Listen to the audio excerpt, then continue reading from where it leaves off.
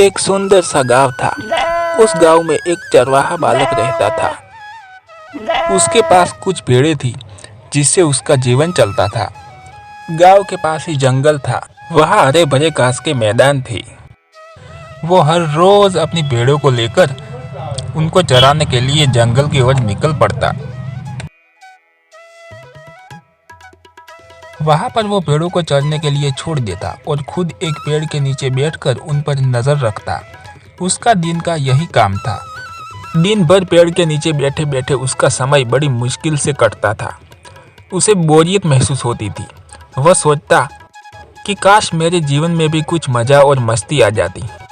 एक दिन भेड़ों को चराते हुए उसे मजाक सूझा और वह जोर जोर से चिल्लाने लगा, बाघ आया, बाघ आया। वहां से कुछ ही दूरी पर गांव वालों के खेत थे और सभी गांव वाले अपने अपने खेतों में काम कर रहे थे। चरवाहे बालक की आवाज सुनकर वे अपना काम छोड़कर उसकी सहायता के लिए दौड़े चले आए। सभी गांव वाले भागते भागते चरवाहा बालक के पास आए। चरवाहा बालक के पास जाकर गांव वालों ने बोला, कहाँ है बाघ, बताओ कहाँ है। यह सुनकर चरवाहा बालक जोर जोर से हंसने लगा। गांव वालों को पता चल गया कि इसने हमारे साथ मजाक किया है। गांव वाले बहुत गुस्सा हुए, उसे डांटा और चेतावनी दी कि आज के बाद ऐसा मजाक मत करना। फिर वे अपने अपने खेतों में लौट गए। चरवाहे बालक को गांव के लोगों को भागते हुए अपने पास आता देखने में बड़ा मजा आया। उसने उनकी चेतावनी को गंभीरता से नहीं लिया। अगले दिन उसे फिर से मस्ती सूझी और फिर से चिल्लाने लगा, बाघ आया, बाघ आया। खेत में काम कर रहे गांव वालों को अनहोनी की आशंका में फिर से दौड़े चले आए। जिन्हें देखकर चरवाहा बालक फिर से जोर जोर से हंसने लगा। किसानों ने उसे फिर से डांटा और चेतावनी दी, लेकिन उस पर इसका कोई असर नहीं हुआ। उसके बाद जब जब वह गांव वालों को इसी तरह बाघ आया कहकर बुलाता रहा, बालक के साथ कोई अनहोनी न हो जाए ये सोचकर गांव वाले भी आते रहे, लेकिन वे इसकी शरारत से बहुत परेशान होने लगे थे। एक दिन चरवाहा बालक पेड़ की छांव में आराम से बैठकर बांसुरी बजा रहा होता है। तभी वहां अचानक से सचमुच का बाघ आ जाता है।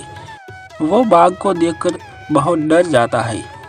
वो सोचता है, मुझे गांव वालों को बुलाना पड़ेगा, नहीं तो ये मेरी सारी भेड़ों को मारकर खा जाएगा।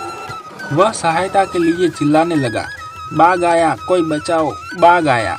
लेकिन उसकी शरारतों से तंग आ चुके गांव वालों ने सोचा कि आज भी ये बालक उन्हें परेशान करने का प्रयास कर रहा है, इसलिए वे उसकी सहायता करने नहीं गए।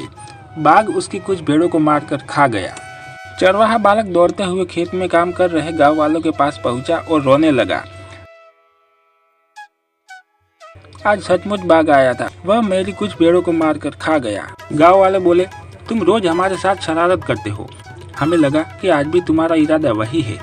तुम हमारा भरोसा खो चुके हो, इसलिए इनमें से कोई तुम्हारी मदद के लिए नहीं आया। चरवाहा बालक वापस आया और देखा तो बाघ उसकी कुछ पेड़ों को मारकर वहां से जा चुका था। उसे बहुत दुख हुआ। चरवाहे बालक को अपनी गलती का एहसास हुआ और उसने रोते हुए प्रण लिया कि वह फिर कभी झूठ नहीं बोलेगा और दूसरों को कभी परेशान नहीं करेगा।